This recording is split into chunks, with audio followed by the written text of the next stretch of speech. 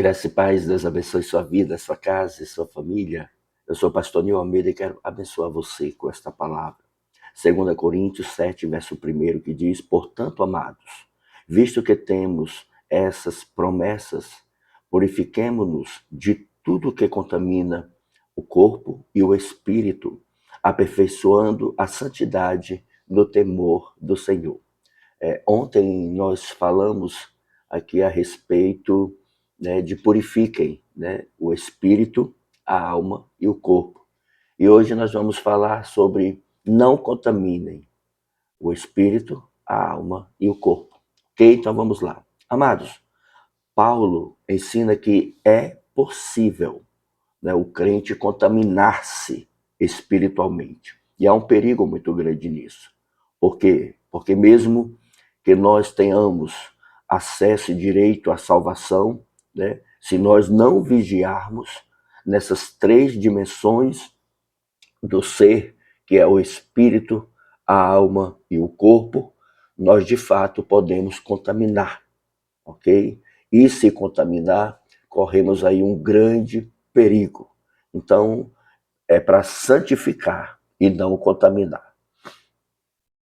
Diante dessa verdade, querido, vamos entender o que de fato contamina o espírito, a alma e o corpo.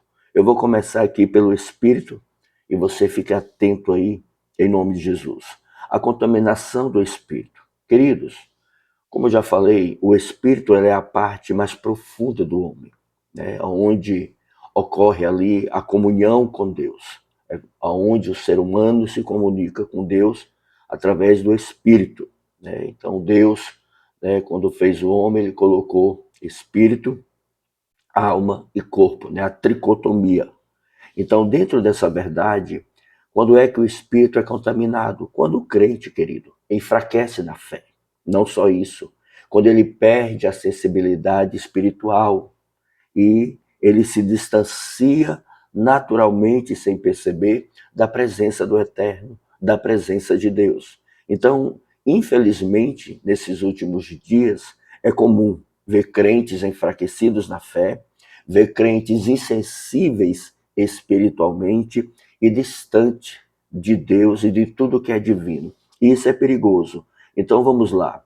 Querido, alguns fatores, eles são importantes perceber porque eles são responsáveis pela contaminação do espírito. Primeiro, orgulho.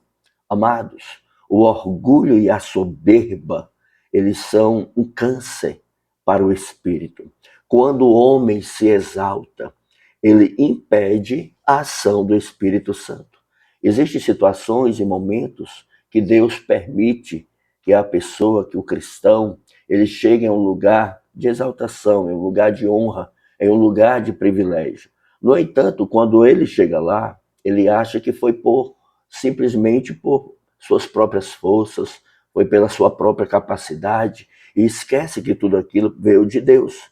Então, quando o homem se exalta, querido, volto a dizer, ele impede, ele rompe o agir e a ação do Espírito Santo na vida dele.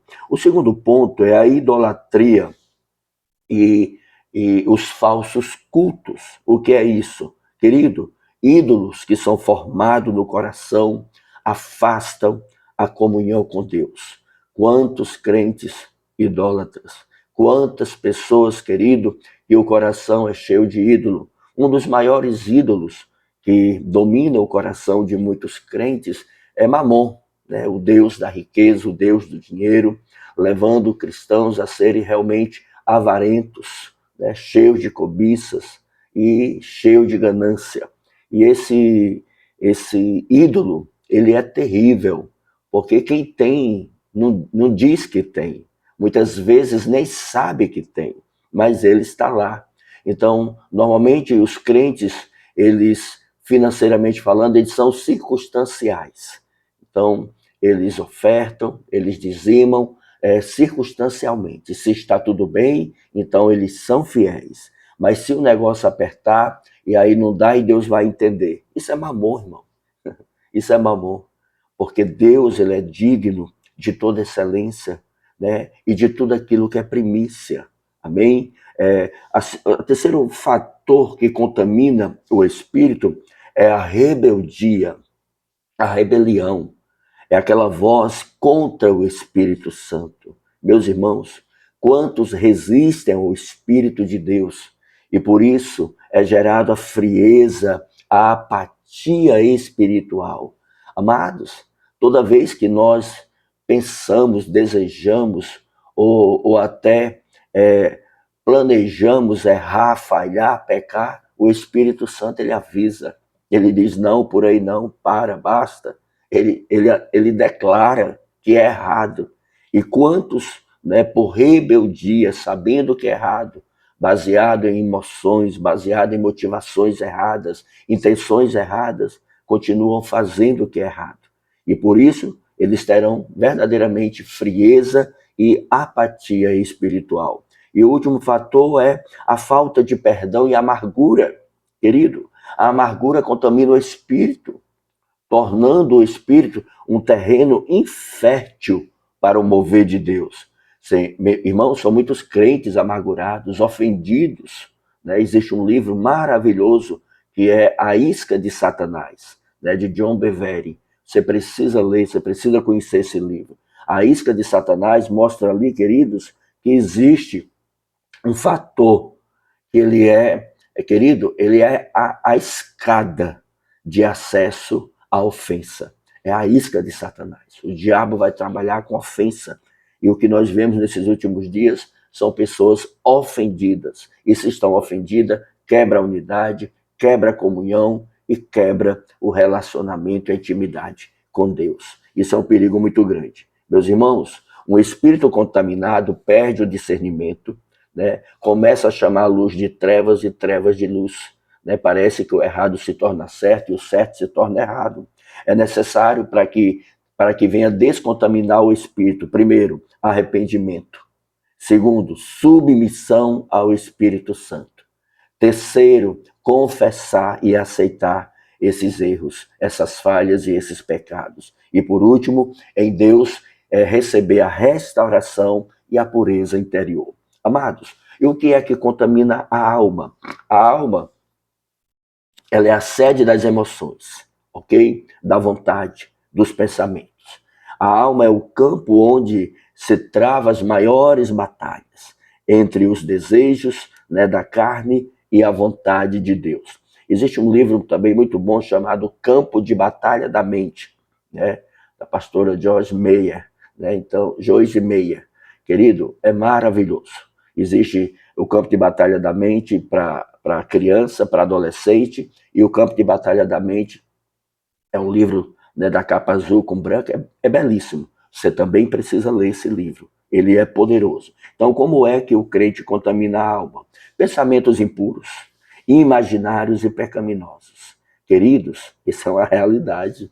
Né? Quando você vai, né, para o livro de Gálatas, a carta de Paulo aos Gálatas, né, ele diz que lá existe uma briga, né, entre o espírito, né, e a carne. E esses opõem-se um ao outro. Então, aquele que eu alimento é aquele que vai dominar, querido. Paulo ali também mostra uma relação de obras da carne. Paulo mostra uma relação do fruto do Espírito. Então, quando os pensamentos impuros vêm, e ele diz que as obras da carne são prostituição, impureza, lascívia, e aqui nós temos, né, pensamentos impuros, lascívia, né, pensamentos imaginários, e é tudo ligado, querido, ao imoral, é tudo ligado, querido, àquilo que é pecaminoso. Então, desejos carnais, paixões desordenadas. Quantos crentes estão afogados, perdidos nas questões sexuais? A alma se enfraquece, querido. Por quê? Porque quando a pessoa busca prazer fora da vontade de Deus, isso gera iniquidade, isso gera pecado. Isso gera uma frieza espiritual terrível. Terceiro fator, mágoas, ressentimentos e inveja.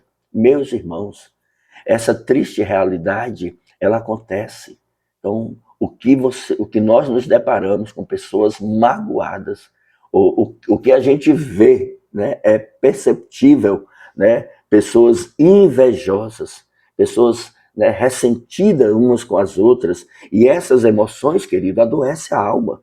Elas impedem o fluir da graça de Deus, elas impedem o agir do Espírito Santo, elas impedem o trabalhar de Deus.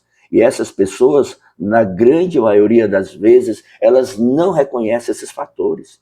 Elas querem estar certas e elas se unem a pessoas que são feridas, sabe? É o ferido e o magoado junto. Então, o que é que eles têm em comum? Né? O ressentimento, a dor, a ferida. Então, é um lambendo a ferida do outro. E isso é terrível, querido. E a vontade, né, de fazer o que quer. Então, assim, quando você vê um crente que ele faz o que quer, que não se submete a uma liderança, um filho que não se submete a pai e mãe, um funcionário que não, não obedece, não se submete ao seu patrão, querido, a raiz aí é rebeldia. É rebeldia. Por quê? Porque a rebeldia, querido, é querer que os próprios desejos, é andar pelos próprios caminhos em vez de trilhar a vontade de Deus. Rebeldia. Rebeldia faz o que quer, fala o que quer, age como quer, e assim não dá satisfação, não tem satisfação para dar. Então a gente lida com isso todos os dias. Pais lidam com filhos rebeldes, né? É, empregadores lidam, né, com empregados rebeldes, pastores lidam com ovelhas rebeldes, enfim, são vários fatores. E eu aqui não falo só de igreja, de questões espirituais, de um modo geral. Então são fatores que você identifica uma pessoa rebelde. Ela, volto a dizer, não dá satisfação, ela não justifica, ela não fala nada, mas ela faz o que quer do jeito que quer. E por último, né, essas pessoas elas se acham que estão certas, corretas, mas o espírito que age aí é da rebeldia. Querido, em relação à rebeldia, nós temos aqui uma alma contaminada, né? Ela vive inquieta. Uma alma contaminada pela rebeldia, ela vive ansiosa, ela não tem paz. Os pensamentos são acelerados, existe um desequilíbrio emocional e não só isso, existe um remédio. Qual é o remédio para curar a rebeldia? Humildade. É reconhecer que errou, é humildade. E depois da humildade, eu vou até a pessoa, eu vou até a liderança, eu vou até aquele que é uma figura de autoridade e reconheço que estou errado. E humilhação diante de Deus, porque através da humilhação vai ter uma renovação, uma restauração da mente, uma restauração da alma, uma restauração das emoções, por meio da palavra, é metanoia. Romanos 12:2 diz, mas transformai-vos pela renovação da vossa mente, para que experimenteis a boa, agradável e perfeita vontade de Deus. E por último, né, a pessoa terá cura interior. O Espírito Santo, querido, vai gerar refrigério na alma. Louvado seja Deus. Querido, e por último, a contaminação do corpo. O corpo é o templo do Espírito Santo. Então, o corpo não é nosso, é de Deus. Né? Então, o mundo ensina aí meu corpo, minhas regras, e nós aprendemos, querido, e vivemos essa verdade, que o meu corpo é templo de Deus, é templo do Espírito Santo. Então, quando o corpo, querido, ele é usado de forma indevida, né? Ele é profanado, né? Então isso gera um desequilíbrio, um afastamento, um rompimento, porque se o corpo ele é de Deus, então ele é consagrado a Deus, ele é casa de Deus, o Espírito Santo habita. Desculpa, eu preguei e a garganta aqui tá. E o corpo é casa de Deus, então assim, eu não posso invadir isso aqui sem permissão do dono, é dele. Então eu preciso ter cuidado com o corpo. Quando é que eu contamino o corpo? Imoralidade sexual.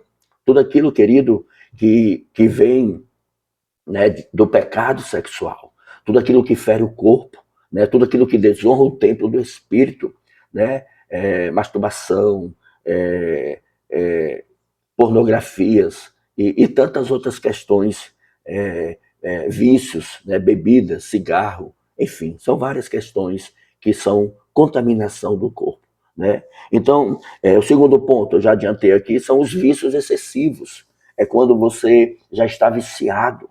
Né? A glutonaria, querido. pessoas que são compulsivas em comer, né? A embriaguez, as drogas, né? Tudo isso corrompe o corpo, a mente, a alma, fere tudo, destrói tudo, contamina tudo. Querido, o terceiro fator é a preguiça. Meu irmão, a negligência com a saúde física. Amados, isso é contaminação, né? Quantas pessoas viciadas em Coca-Cola, sabe que faz mal. Ah, mas quando eu vejo uma Coca geladinha, cuidado com isso. Nós temos, né, fruto do Espírito. Nós devemos buscar um domínio próprio. Domínio próprio para comer, domínio próprio para beber, domínio próprio, querido, em todas as coisas, viu? Porque o corpo foi feito para servir a Deus, amado, e não para ser escravo dos nossos prazeres. Devemos ter cuidado. Violência, ódio, autodestruição, toda atitude destrutiva, querido, é um reflexo da falta de domínio próprio. Cuidado. Como é que eu posso mudar isso, querido? Quando é que eu cuido do corpo? O que é que acontece quando eu cuido do corpo? Primeiro, nós vamos honrar a presença de Deus, porque Ele habita em nós. Segundo, através da santidade, jejum, oração, comunhão com Deus. Devemos cuidar do corpo físico através de exercícios físicos. Amados, você precisa fazer alguma coisa, você precisa caminhar. Desculpa, você precisa caminhar, você precisa se alimentar corretamente. Você precisa tirar os excessos, né? Evitar tudo que destrói a saúde e trazer dignidade para o corpo. Amém? Então vamos lá para fechar. Sansão é um exemplo de quem contaminou o corpo, a alma e o espírito. Quando é que ele contaminou o espírito? Ele perde a comunhão com Deus pela sua desobediência. Quando é que ele contaminou a alma? Ele foi dominado pelas paixões e os desejos carnais. Quando é que ele contaminou o corpo? Tornou escravo e perdeu a força. No entanto, pela misericórdia de Deus, ele se arrependeu. O caminho é humildade, humilhação e arrependimento. Deus restaurou a sua força e a sua fé. Isso mostra, querido, que mesmo quando o homem cai, mesmo quando a pessoa está realmente, literalmente contaminado, a graça de Deus, ela restaura, aleluia. Ela traz o homem a uma plenitude de Cristo de forma integral. Amém? Então, fique atento, meus irmãos. O crente pode ser contaminado, sim, no espírito, na alma e no corpo, quando ele deixa brechas para o pecado em qualquer uma dessas áreas. Porém, queridos, o mesmo Deus, aleluia, está pronto para santificar, está pronto para purificar e para restaurar. Louvado seja o nome do Senhor. E não se esqueça, querido, o espírito é contaminado pela rebeldia e o orgulho, a alma é contaminada pelos desejos e as emoções desordenadas, e o corpo é contaminado pelos atos carnais e imorais. Pai, em nome de Jesus, eu oro e abençoo, e eu declaro sobre a sua vida a graça de Deus. Eu declaro o poder do Espírito Santo, uma ação direta do Espírito de Deus sobre as nossas vidas. Pai, eu declaro santidade, que o Espírito Santo de Deus, que habita em nós, promova santidade, promova temor, promova em nós a consciência limpa, para nós entendermos, para nós compreendermos verdadeiramente, Senhor, que precisamos voltar. Nos dá humildade, gera humilhação, gera o temor do Senhor, Pai, gera arrependimento. Deus, Salomão diz lá em Provérbios 28:13, que aquele que esconde as suas transgressões nunca prosperará, mas aquele que confessa e deixa alcançará misericórdia. E eu declaro misericórdia de Deus para as nossas vidas, em nome de Jesus. Amém? E não se esqueça, há um Deus nos céus olhando para você, há um Deus nos céus preocupado com você, e há um Deus nos céus que ama você. Deus te abençoe, compartilhe com quem você ama. Um abraço e a paz.